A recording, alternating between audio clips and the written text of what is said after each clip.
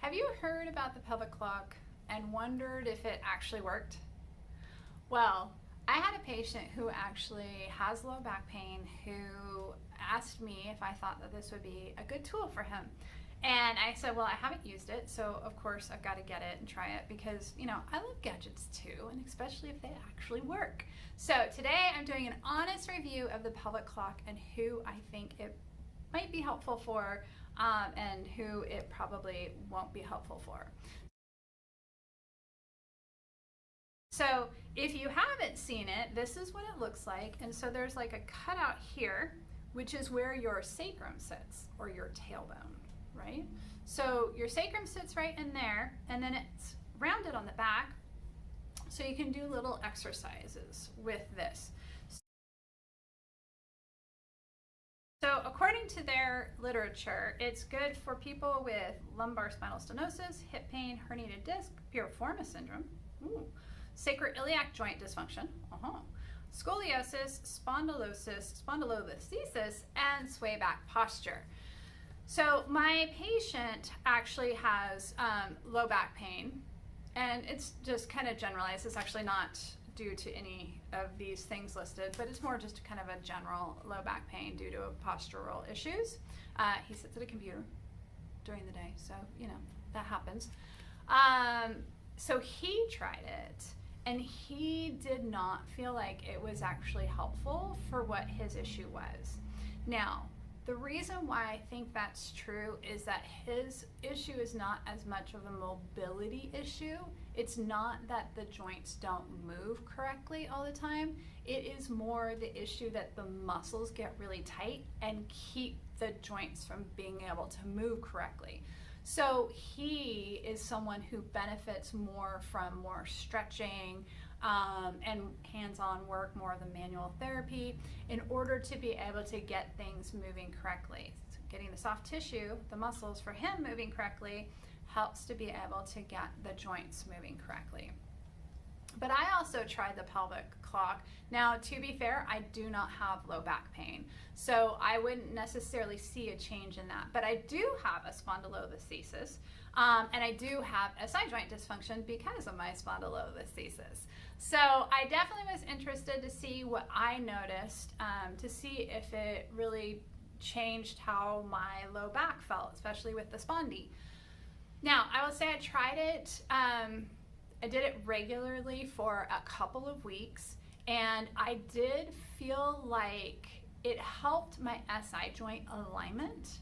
And I'm going to show you this later on in the video. So stick with me here. I'm just going to explain this part first, and then I'll show you what I mean. So I feel like it did help because my SI joint gets out of alignment, and sometimes I can't have somebody else. I don't have somebody else around who can help me get it back in. So it's really hard to do on your own. You may have been taught different exercises and stuff like that. We have some here on this YouTube channel. Sometimes when it gets really sticky, it's really hard to deal with. So I did feel like it helped with that. I did not feel like it helped with my spondylolisthesis, but then again, I also don't have pain from that. It's more the fact that it gets locked into place and it locks up my SI joint.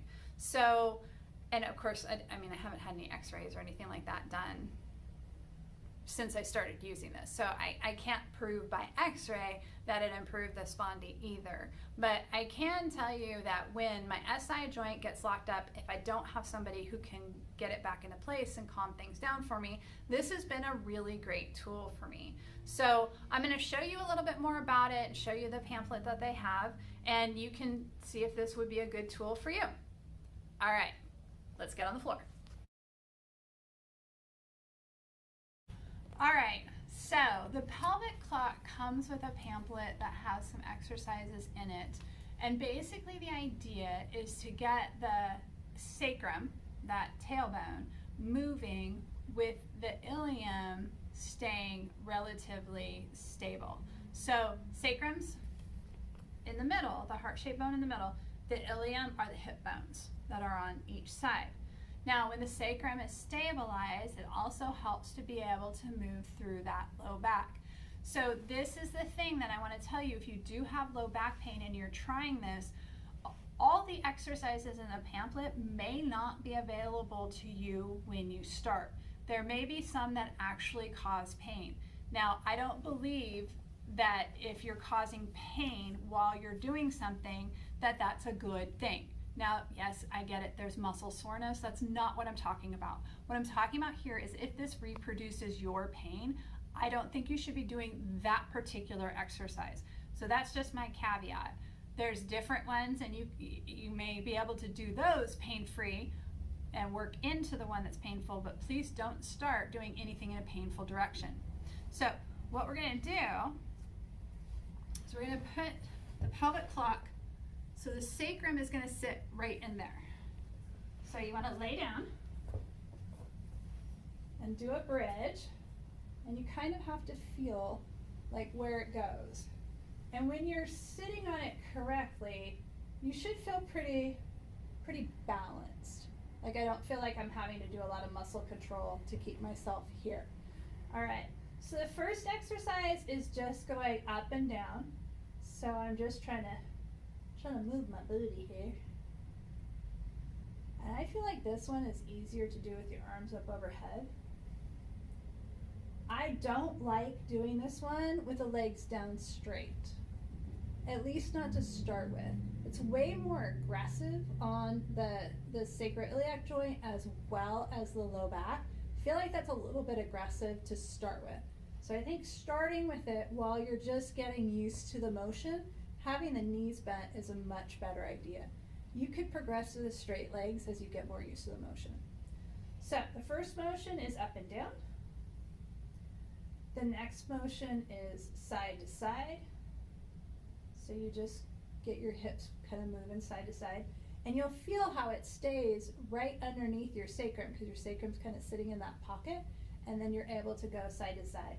Next one, this one's kind of challenging actually, is to do diagonal. So I'm going down towards my right foot, then I'm going up towards my left shoulder, down towards my right foot, up towards my left shoulder. Then of course we want to do the other one. We go down towards the left foot, up towards the right shoulder. Now I will tell you that when I go to my left side, it is definitely a little bit of a stretch sensation, which is why I like it, because it's helping to stretch those ligaments out on my left SI joint, which my left SI joint is the one that's the problem child. It's the one that likes to go out, which means the other side goes out, I know, but it's the left one that's the problem child. So I don't notice it when I'm going side to side, and I don't notice it when I'm going up and down. But when I start doing those diagonals, going to the left, up more so than down, I will definitely feel it. So it's not my pain though, okay? It's just that the ligaments are stretching, and it's actually what makes me feel better. So when I get up from doing that, I can sit cross-legged more easily without feeling that strain in my left SI joint. So that's another thing that you can check. Do something beforehand, before you try this, that would usually be provoking. So it could be a position you're sitting in. If it's your low back that's painful, maybe it's bending forward or bending backwards, that's a problem for you. Try the exercises that they've recommended, make sure that they're all pain-free, and then try that motion again. That's just called test, retest, but it's a really simple way for you to be able to see if this tool works for you.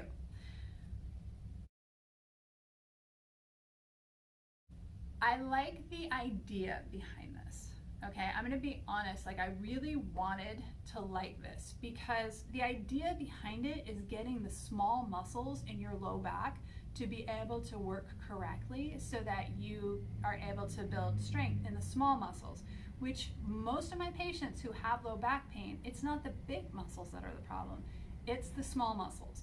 So I really thought I was gonna love this thing, and I really thought it had the potential to work for my patient who wanted to try it.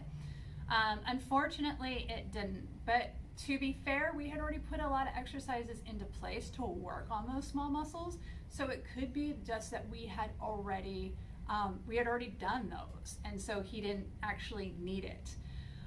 But that's our honest review of the pelvic clock. If you've tried it, I would love for you to comment below and tell us about your experience, particularly the reason why you bought it, what was affecting you, and then also the outcomes you have, because that will just help other people to make the best decision for their health. All right, have a great day, everyone. Bye.